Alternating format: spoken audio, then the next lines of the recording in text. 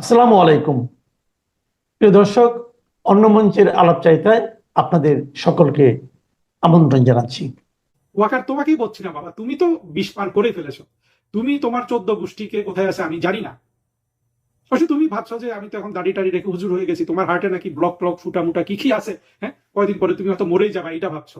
আর তোমার মতো নষ্ট হয়ে গেলে তো আসলে আর কোনো মানে ভালো হওয়ার দিকে তো কিছু ভাবা যায় না। সুতরাং তোমাকে এগুলো শুনতে হবে না, কিন্তু আমি সামরিক বাহিনীর বিবেকবান অফিসার গুলাকে বলছি যে আপনারা কি প্রস্তুত আছেন ডেল এইস খান নামে এই জঙ্গি যেভাবে এখন 5 স্টার, হ্যাঁ, রক স্টারের মতো, হ্যাঁ, যুদ্ধের জন্য তার যে কল্পবিলাস, হ্যাঁ, দি আর্ট অফ ওয়ার বলে সব জায়গায়, মনে হয় ওই ব্যাটাই একমাত্র বাংলাদেশের শিক্ষিত না, সেই একমাত্র আর্ট অফ ওয়ার পড়েছে, আর কেউ পড়েন। এইভাবে সে আসলে হয় কি, কুয়োতে তো ব্যাং হলো কি মানে কুমির। জুলাইতে যারা সবচেয়ে বড় বিশ্বাসঘাতকতা করেছে, ভবিষ্যতে তারাই বাংলাদেশে সবচেয়ে বেশি বিপদগ্রস্ত হতে যাচ্ছে। জুলাইতে কারা বিশ্বাসঘাতকতা করেছে? আমরা কিন্তু খোলামেলা ভাবে, দলগতভাবে সেনাবাহিনীর কথা জানি। সেনাবাহিনী বা সামরিক বাহিনীগুলো বলতে পারেন। আর বাংলাদেশে তো বিমান বাহিনী, নৌবাহিনী সেনাবাহিনীর একটা কমপ্লিমেন্টারি অংশ। সেনাবাহিনী সবচেয়ে শক্তিশালী, কাজেই সেনাবাহিনীর, অর্থাৎ আমি আলোচনাটা সেনাবাহিনী নির্ভর করব, সাথে নৌবাহিনী, বিমান বাহিনী একই জিনিস হয়ে যায় আর কি, একক একক একটা প্রতিষ্ঠান হিসাবে আলোচনাটা করব। আমলাতন্ত্র কি জুলাইতে সরকারের সাথে বিশ্বাসঘাতকতা করেছে? না, করেনি। যতটা মোটা দাগে তেমন কোনো বিশ্বাসঘাতকতা আমরা দেখিনি। আমলাতন্ত্র বিশ্বাসঘাতকতা করেছিল 1996 সালে বিএনপির সাথে, কিন্তু 1996 সালে তো গণ অভ্যুত্থান ছিল। 2024-এ তো গণ অভ্যুত্থান ছিল না। কেন গণ অভ্যুত্থান ছিল না, জাস্ট এর আগের পর্বটাতে আলোচনা করেছি। অন্যান্য রাজনীতিবিদরা বা শেখ হাসিনার যারা ছিলেন তার কাছের মানুষ, আমরা কিন্তু কারো কথা শুনিনি যে কেউ বিশ্বাসঘাতকতা করেছে। হ্যাঁ, কেউ ভয় পেয়েছে, কেউ আগে থেকে হয়তো দেশ ছেড়ে চলে গেছে প্রধানমন্ত্রীকে রেখে, এগুলো কোনোটাই বিশ্বাসঘাতকতার পর্যায়ে পড়ে না। রাষ্ট্রের বাহিনী হিসাবে, সিভিল সার্ভেন্ট হিসাবে, কিংবা এই ধরনের এত বিধ্বংসী বর্বর একটা আক্রমণের বিরুদ্ধে লড়ার মতো সক্ষমতা সেই মুহূর্তে, অন্তত সাইকোলজিক্যালি সক্ষমতা ছিল সেনাবাহিনীর। দেখেন, বিশ্বাসঘাতকতা তো কথাটা এখানে ছোট হয়ে যায়। হারুন ইজহারের একটা বক্তব্য শুনলাম, তার অডিও, আমার ধারণা এটা অনেকেই শুনেছেন। সেখানে দেখা যাচ্ছে যে স্পিরিটটা এইরকম যে সেনাবাহিনীর কোনো একজন অফিসার হারুন ইজহারের হাত পায়ে ধরছে যে আপনারা একটু রাস্তায় থাকেন, রাস্তায় থাকেন, সরকার পড়ে যাবে। তার মানে ওয়াকার বাহিনী অলরেডি ডিসিশন নিয়ে নিয়েছে শেখ হাসিনাকে ফেলে দিবে। তবে এটা অলরেডি নিয়েছে বললেও কিন্তু ভুল হবে। আমরা যত দেখছি তত এটা আমাদের মধ্যে যুক্তি হিসাবে দাঁড়িয়ে যাচ্ছে যে ওয়াকার অনেকটা সারা জীবনের স্বপ্ন হিসাবে এই কাজটা করেছে। বাংলাদেশের স্বাধীনতা বিরোধী জামাতের হয়ে সে আর্মিতে ঢুকেছে। আর্মিতে ঢুকে সে আওয়ামী লীগের ধারে কাছে থাকার চেষ্টা করেছে। জেনারেল মোস্তাফিজের দৃষ্টি কাড়ার চেষ্টা করেছে। এতটাই দৃষ্টি কেড়েছে যে জেনারেল মোস্তাফিজ ছিলেন প্রধানমন্ত্রী শেখ হাসিনার সরকারের 1996 সালে তিনি যে সরকার গঠন করেন সেই সরকারের সেনাবাহিনী প্রধান। জেনারেল মোস্তাফিজের মেয়েকে বিয়ে করেছে। জেনারেল মোস্তাফিজ লতায় পাতায় শেখ হাসিনা, বঙ্গবন্ধু তাদের আত্মীয়। পরবর্তীতে সে এর পায়ে ধরে তার সাথে সুব্যবহার করে, অনেকের কথা বলা হয়, সেটা আমাদের এখানে আলোচনায় আনার দরকার নাই। তাদের অনুরোধে তাকে সেনাবাহিনী প্রদান করেছিলেন শেখ হাসিনা, এবং সেই সুযোগটা সে কাজে লাগিয়েছে তার আজীবনের স্বপ্ন যে জামাতের হাতে বাংলাদেশটা তুলে দিবে। ব্যক্তিগতভাবে এটা বিশ্বাসঘাতকতার দিক থেকে দেখলে দেখুন, এটা চরম মাত্রার বিশ্বাসঘাতকতা। প্রধানমন্ত্রী শেখ হাসিনার সাথে যারা কাজ করেছে, আমি তাদের যত 2-4 জনের সাথে আমার পরিচয় হয়েছে, কথাবার্তা বলেছি, প্রধানমন্ত্রী সম্পর্কে জানতে চেয়েছি, একজনকেও পাই নাই কিন্তু যে শেখ হাসিনার জন্য জীবন দিয়ে দিবে না। কেন জীবন দিয়ে দিবে? রাজনৈতিক আদর্শ না, কিংবা বড় কোনো স্বপ্ন না। জীবনটা এই জন্য দিবে যে একজন প্রধানমন্ত্রী হিসাবে, একজন জননেতা হিসাবে, একজন রাষ্ট্রনায়ক হিসাবে প্রধানমন্ত্রী শেখ হাসিনা যে স্নেহ করেন, যে উদারতা দেখান, যে ক্ষমাশীলতা দেখান, যেভাবে তাদের কাজকর্ম আরো ভালো করার জন্য তিনি গাইড করেন, যেভাবে তারা শেখ হাসিনার প্রজ্ঞা আবিষ্কার করেছেন, স্নেহ পেয়েছেন, মমতার বন্ধনে আবদ্ধ হয়েছেন, প্রতিটা জিনিস এই মানুষগুলোকে ব্যক্তিগতভাবে ভীষণভাবে প্রভাবিত করেছে। এবং এইসব গল্প শুনে আমার নিজেরও কখনো মনে হয় না যে শেখ হাসিনার আশেপাশে ওয়াকারের মতো এত বড় বিশ্বাসঘাতক থাকতে পারে। মানলাম এই ওয়াকার জামাতের, ওয়াকার শৈশব থেকে স্বপ্ন দেখেছে আওয়ামী লীগকে পরাজিত করবে, ৭১-এর মুক্তিযুদ্ধের পরাজয়ের প্রতিশোধ নিবে। তবু শেখ হাসিনা সম্পর্কে যারা জানেন তারা এটাই বিশ্বাস করবেন যে এইরকম ইবলিশও শেখ হাসিনার সান্নিধ্যে আসলে ভালো হয়ে যায়। এবং আমি এও বিশ্বাস করি অনেক জামাতের অফিসার কিন্তু ওয়াকার ছাড়া এমন হতে পারতো, অর্থাৎ আপনার ৫০টা জামাতের অফিসারের মধ্যে বা ৫০০ জামাতের অফিসারের মধ্যে একজন ওয়াকার হতে পারে, ৫০০-র মধ্যে বাকি ৪৯৯ জন কিন্তু শেখ হাসিনার জন্য জীবন দিবে। এইরকম সময়ে শেখ হাসিনা যেহেতু দেশের পক্ষে ছিলেন, সেই লোকও দেশের পক্ষে দাঁড়াবে। সকল যুক্তিতে কিন্তু এটাই বলে। তাহলে বুঝতে হবে যে ব্যক্তি ওয়াকার মানুষ হিসাবে কত বড় ইবলিশ হিসাবে সে গড়ে উঠেছে। দেখুন, কেউ যদি ভাবেন যে আমি বাংলাদেশের সেনাবাহিনীকে এখানে তুলোধুনা করতে বসেছি, তারা ভুল করবেন।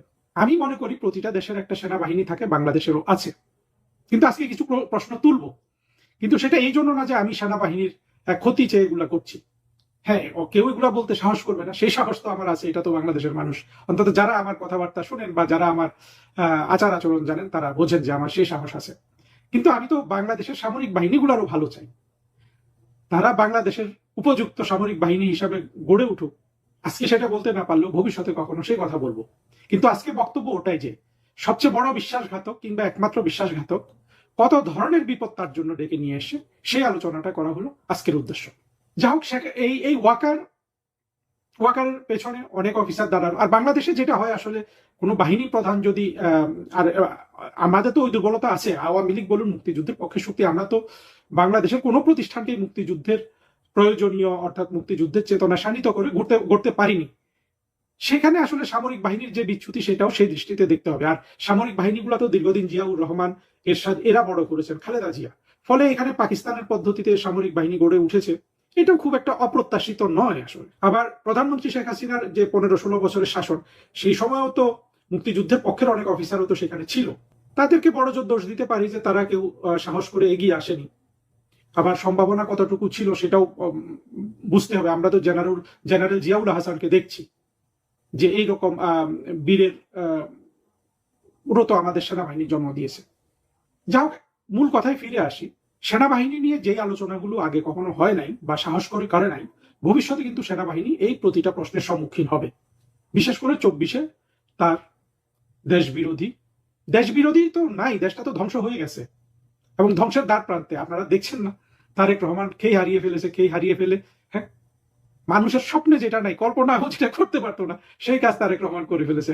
জাতীয় সংসদের দক্ষিণ প্লাজায় আমেরিকান রাষ্ট্রদূতকে দিয়েছে তাদের জাতীয় দিবস পালনের জন্য। দেখেন, এইরকম একটা সময়ে শেখ হাসিনা কিন্তু জঙ্গি উত্থানের চূড়ান্ত সময় পর্যন্ত মাথা ঠান্ডা রেখেছেন। এই পর্যন্ত যা করেছেন মাথা ঠান্ডা রেখেছেন। আর তারেক রহমানের একটা শান্তির সময় কিন্তু তার মাথা কাজ করছে না।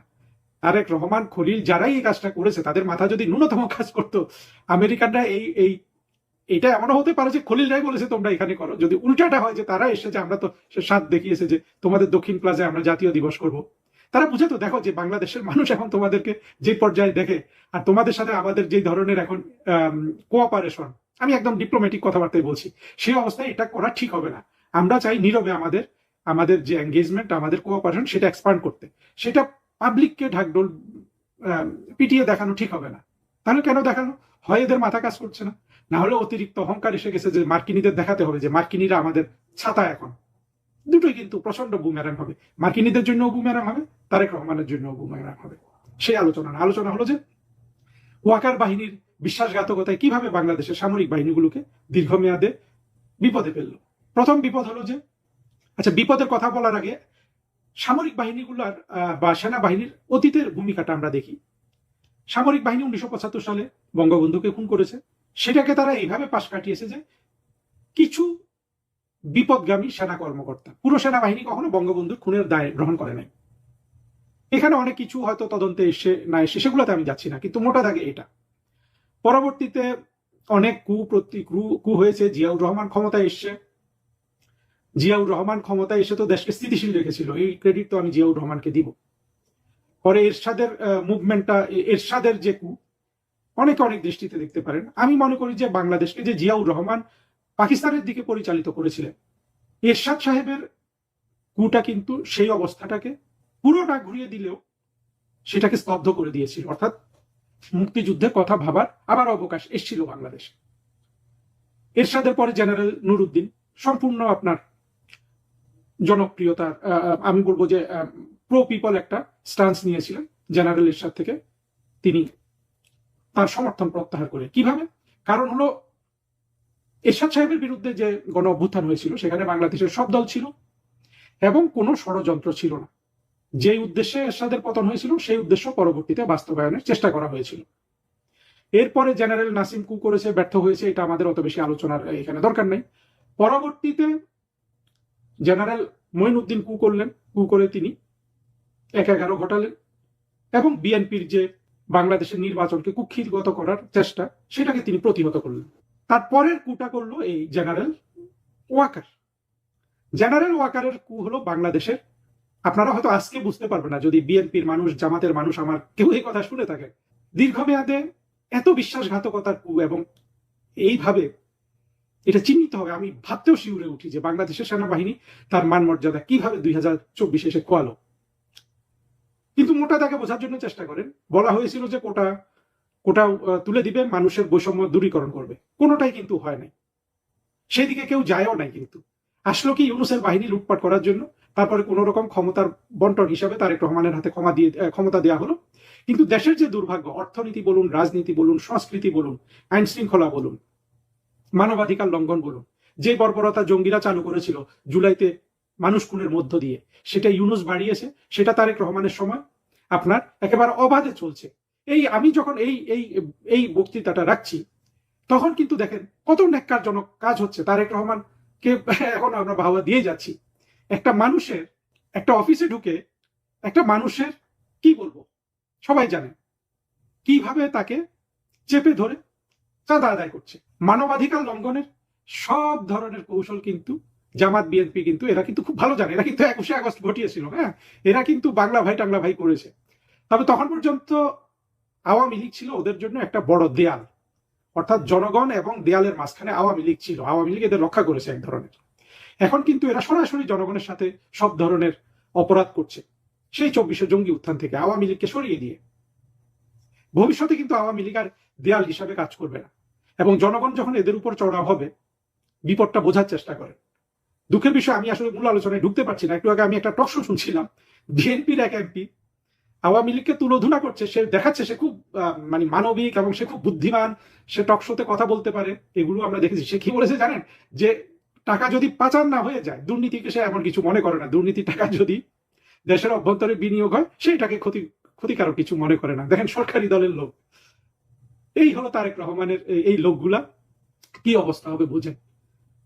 টাকা তো সবসময় পাচার হচ্ছে, শেখ হাসিনা সময় পাচারের যে কথা বলেছে ওটা তো গুজব ছিল, সে আলোচনায় যাচ্ছি না। কিন্তু এই এমপিটা কি বলছে দেখেন, এই যখন তারেক রহমানের সরকারের অবস্থা বুঝতে পারছেন না, ওয়াকার যে বেইমানি করেছে সেইখান থেকে এক বিন্দু রাষ্ট্রকে ভালোর দিকে নিয়ে যাওয়ার সক্ষমতা আর নাই।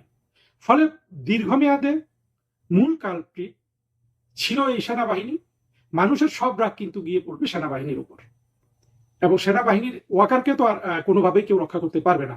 কিন্তু আমি মনে করি যে সেনাবাহিনীর মধ্যে যারা বিবেকবান অফিসার আছেন, যারা মুক্তিযুদ্ধের কথা ভাবেন, যারা অন্তত মুক্তিযুদ্ধ বাদ দেন, আপনারা কিভাবে ব্রেন ওয়াশ সেটা আমরা জানি, সে তো বাংলাদেশের সব মানুষই, অন্তত দেশের কথা ভাবেন। কারণ দেশ না থাকলে কোথায় আপনার যাবে শান্তি মিশন, কোথায় আপনার বেতন ভাতা, সেগুলোর কথা চিন্তা করেও কিন্তু আপনারা ঠিক হওয়ার চেষ্টা করেন। এখন আপনাদের বিপদগুলো বলি, দেখেন মানুষ, আপনাদের প্রথম বিপদ হলো যে মানুষ প্রকাশ্যে যে প্রশ্নটা করবে যে বাংলাদেশ সেনাবাহিনীর কাজটা কি, এই প্রশ্নের উত্তর আপনারা কি কখনো বাংলাদেশের সেনাবাহিনী সৎভাবে দিতে পেরেছেন? কার সাথে আপনারা যুদ্ধ করবেন? হ্যাঁ, আপনারা এটাও আসলে আপনাদের জঙ্গিবাদের প্রতি আপনাদের ঝুঁকে থাকার কারণ আপনারা ঘুরে ফিরে দেখান যে ভারতের সাথে যুদ্ধ করার জন্য আপনারা প্রস্তুত। নানান থিওরি দেওয়া হয় যে ভারতের সাথে 2 সপ্তাহ 4 সপ্তাহ যুদ্ধ করার জন্য প্রস্তুত। আসলে কি আপনারা ভারতের সাথে যুদ্ধ করার জন্য প্রস্তুত? ভারতকে আমি শত্রু রাষ্ট্র হিসাবেই বলতেছি। আপনারা তো মিয়ানমারের সাথে যুদ্ধ করার জন্য প্রস্তুত না। মিয়ানমারে যখন 1991 সালে প্রধানমন্ত্রী খালেদা জিয়া সৈন্য সমাবেশ করছিলেন মিয়ানমারের দিকে, মিয়ানমারের, তখন আপনাদের মনে আছে আপনারা কিভাবে পররাষ্ট্র মন্ত্রণালয়ে আসতেন দিনে 3 বেলা 4 বেলা এই যুদ্ধ থামানোর জন্য? পরবর্তীতে শেখ হাসিনা অনেক উস্কানি সত্ত্বেও কোনোভাবেই আপনাদেরকে মিয়ানমারের সাথে যুদ্ধে জড়াইতে দেয় নাই, বরঞ্চ সেটা না করে উনি 10-12 লাখ রোহিঙ্গা গিলেছেন। চিন্তা করেন ওয়াকার, তুমি কি চিন্তা করছো বাবা? কত বড় নিমক হারাম তুমি! তোমাদেরকে যুদ্ধ থেকে রক্ষা করার জন্য শেখ হাসিনা 1 মিলিয়ন 1.5 মিলিয়ন রোহিঙ্গা গিলেছে। তারপরেও বাবা ওয়াকার তুমি এত বড় বিশ্বাসঘাতকতা করতে পারলা? হ্যাঁ, সেনাবাহিনী আপনাদেরকে বলছি, আপনারা পারলেন শেখ হাসিনার সাথে এত বড় বিশ্বাসঘাতকতা করতে? যে আপনারা যে মিয়ানমারের সাথেও যুদ্ধের জন্য প্রস্তুত না, এটা আপনাদের অতীত ঘেটে দেখেন। আপনারা খালেদা জিয়া চেয়েছিলেন 91 সালে, উনি 91, 92, 93 এর দিকে উনি মিয়ানমারের দিকে সেনাবাহিনী পাঠিয়েছিলেন, অন্তত সীমানার দিকে নিয়ে গিয়েছিলেন অনেক কিছু। উনি থাইল্যান্ডের তখনকার রাজপুত্রকে উনি বাংলাদেশে নিয়ে এসেছিলেন অনেক সম্মান দিয়ে, অনেক ধরনের চেষ্টা করেছিলেন শেখ হাসিনা। আমি বলবো যে উনি দেশপ্রেম থেকে এটা করেছিলেন। বেগম খালেদা জিয়া, শেখ হাসিনা না, সরি, প্রধানমন্ত্রী বেগম খালেদা জিয়া, বিএনপি। কেন যুদ্ধ হয়নি? আর্মি ভয় পেয়েছিল, বাংলাদেশের আর্মি। এটা তো বাংলাদেশের মানুষ আসলে জানে না। জানুক না জানুক, সেনাবাহিনী তো জানে যে তারা কারোর সাথে যুদ্ধ করার জন্য প্রস্তুত নয়। পাকিস্তান তো প্রস্তুত। পাকিস্তানের সেনাবাহিনীকে যে শয়নে স্বপনে তোমরা অনুসরণ করো, পাকিস্তানের সেনাবাহিনী তো ইয়ের সাথে যুদ্ধ করার জন্য প্রস্তুত, ভারতের সাথে। বাংলাদেশের সেনাবাহিনী প্রস্তুত? আপনারা প্রস্তুত? হ্যাঁ, আপনারা বলবেন যে আমাদেরকে টাকা দাও, অস্ত্র দাও, প্রস্তুত হয়ে যাব। আমি নিশ্চিতভাবে বলতে পারি, টাকা অস্ত্র সব দিলেও প্রস্তুত হতে পারবেন না। সেটার জন্য সেই 47 সাল থেকে পাকিস্তান কিন্তু নিজেদেরকে তৈরি করেছে। কিসের বিনিময়ে তৈরি করেছে? হ্যাঁ, কোটি কোটি ভিক্ষুক মধ্যপ্রাচ্যে ভিক্ষা করে। আমরা কি সেরকম চাই বাংলাদেশ যে ভারতের সাথে যুদ্ধ করব, মিয়ানমারের সাথে যুদ্ধ করব, আর আমাদের কোটি কোটি ভিক্ষুক হোক? আমরা তো সেটা চাই না। আপনাদেরও কি সে চাওয়ার আর অবকাশ আছে? বাংলাদেশকে কি পাকিস্তানের জমিদাররা পাকিস্তানকে যেভাবে কবজা রাখতে পারে, বাংলাদেশকে কি কেউ কখনো সেভাবে কবজা রাখতে পারবে বাঙালিকে? পারবে না। তাহলে পাকিস্তানের মতো আপনারা যদি স্বপ্ন দেখেন, সেটা তো দুঃস্বপ্ন, দিবা স্বপ্ন। আপনারা তো সমাজের অংশ হিসাবে সেটা দেখবেন না। এখন যখন প্রশ্নটা আসবে যে সত্যিকারে কার সাথে যুদ্ধ করার জন্য বাংলাদেশের সেনাবাহিনী প্রস্তুত, যদি একটা জঙ্গি উত্থান থামাতে না পারে, যদি শুধু জাতিসংঘে কিছু সৈনিক পাঠায়, সেখান থেকে ডলার রোজগার করে, সেটার লোভে তারা জঙ্গি উত্থান না থামায়, এই প্রশ্নগুলো এখন প্রকাশ্যে চলে আসবে। প্রতিটা প্রশ্ন সেনাবাহিনীকে বিপদগ্রস্ত করবে, সামরিক বাহিনীগুলোকে বিপদগ্রস্ত করবে। কারণ হলো বাংলাদেশের সামরিক বাহিনীগুলোর কাছে এর সদ উত্তর নাই। ওই যে জঙ্গি মোস্তাফিজ, কর্নেল মোস্তাফিজ মার্কিন যুক্তরাষ্ট্র থেকে যেই উস্কানি দেয়, কিংবা এই যে এই হাসিন হক, গোলাম আজমের ছেলে, ওরা যেই উস্কানি দেয়, সেনাবাহিনীতে যারা চাকরি করেন, আমি তাদেরকে বলবো আপনারা একটু ঠান্ডা মাথায় চিন্তা করবেন, ওই উস্কানিতে আপনারা কতটা আপনারা সেই উস্কানি গ্রহণ করে সেইভাবে গাজওয়াতুল হিন্দ করতে পারবেন? কয়জন করতে পারবেন? হ্যাঁ, আমি জানি একটা অংশ আছে যে গাজওয়াতুল হিন্দে লাভ দিয়ে পড়ে মরে তাড়াতাড়ি বেহেশতে চলে যায়। কিন্তু এই যে যত সেনাবাহিনীর সদস্য আছে, সবাই কি এটাকে একমত হবে? ঠিক আছে, আপনারা গাজওয়াতুল হিন্দ করতে চলে গেলেন, সেনাবাহিনী ওইরকম ধরে নিলাম, যেহেতু ওয়াকারের প্রতি তাদের এত আনুগত্য। সেটা করার যে মূল্য বাংলাদেশের মানুষকে দিতে হবে, অর্থনৈতিক মূল্য, আর কিছু না হোক, দেশের অংশ হারানোর সম্ভাবনা তো আছেই, সেদিকেও গেলাম না। শুধু যে পরিমাণ জনসম্পদ এবং সম্পদ এবং অর্থনৈতিক ক্ষতি হবে এই ধরনের কোনো কনফ্রন্টেশনে, সেটা গ্রহণ করার জন্য কি বাংলাদেশ প্রস্তুত আছে? বাংলাদেশের মানুষ প্রস্তুত আছে? 2 কোটি মানুষ প্রস্তুত আছে, জামাত প্রস্তুত আছে, আপামর জনসাধারণ কি প্রস্তুত আছে? বিএনপি প্রস্তুত আছে, আওয়ামী লীগ প্রস্তুত আছে, জাতীয় পার্টি প্রস্তুত আছে, আম বাম কতগুলো আছে, ওনার যদিও সমাজে কোনো মূল্য নেই, সেগুলো প্রস্তুত আছে। একটু আপনারা নিজেদেরকে চিন্তা করবেন, নিজেরাই প্রশ্নগুলো নিজেদেরকে করবেন। যদি আবার পাহাড়ে সমস্যা